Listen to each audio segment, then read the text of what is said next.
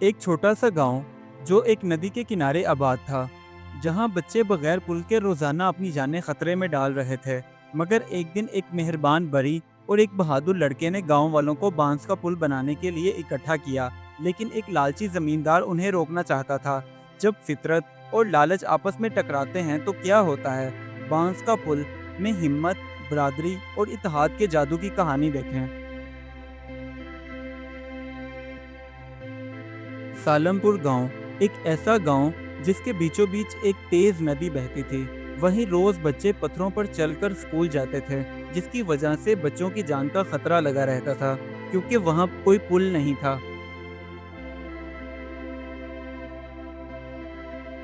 एक दिन गांव का एक नौजवान लड़का समीर उस नदी को पार कर रहा था कि अचानक उसका पांव फिसला और वो वहीं गिर गया। तभी गांव वाले दौड़ते हुए आए और उसे बड़ी मुश्किल से बचाया। उसी दिन शाम के वक्त नदी के किनारे सभी गांव वाले इकट्ठे हुए और कहने लगे, अब हमें कुछ करना होगा, वरना कोई दिन ऐसा आएगा जब हम किसी को ना बचा सकेंगे।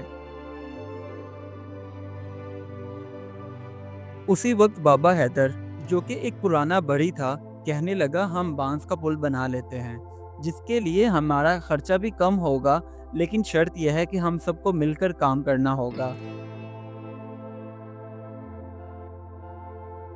अभी बाबा हैदर गांव वालों को बांस दिखा ही रहा था कि अचानक एक जमींदार सरफराज बोला, ये सब बकवास है, बांस से पुल?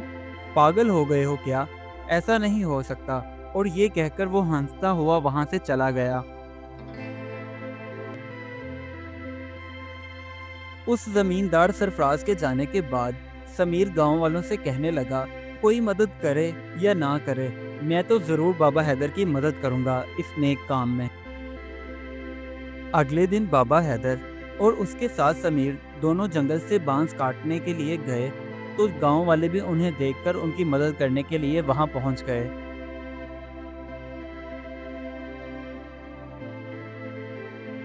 जब ये बात सरफराज को पता चली, तो उसने दो आदमियों को पैसे दिए और उनसे कहने लगा, जाओ जाकर सारे बांस ले आओ, मैं देखता हूँ ये पुल कैसे बनाते हैं।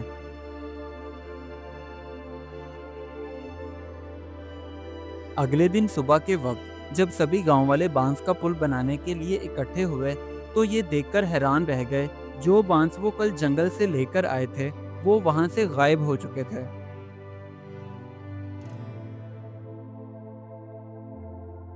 तभी अचानक समीर की नज़र मिट्टी पर पड़े पाँव के निशानात पर पड़ी, तो वो उन निशानात को देखते हुए उन पर चल पड़ा। और उन निशानात पर चलते चलते समीर सरफराज की हवेली पर पहुंच गया। वहां वो सारे बांस पड़े थे जो कल वो जंगल से काट कर लेकर आए थे। समीर ने जल्दी से सभी गांव वालों को सरफराज की हवेली पर बुलाया और सारा सच उनके सामने रख दिया। अब सरफराज के पास कोई बहाना नहीं था, इसलिए वो बुकला गया और सबसे माफी मांगने लगा।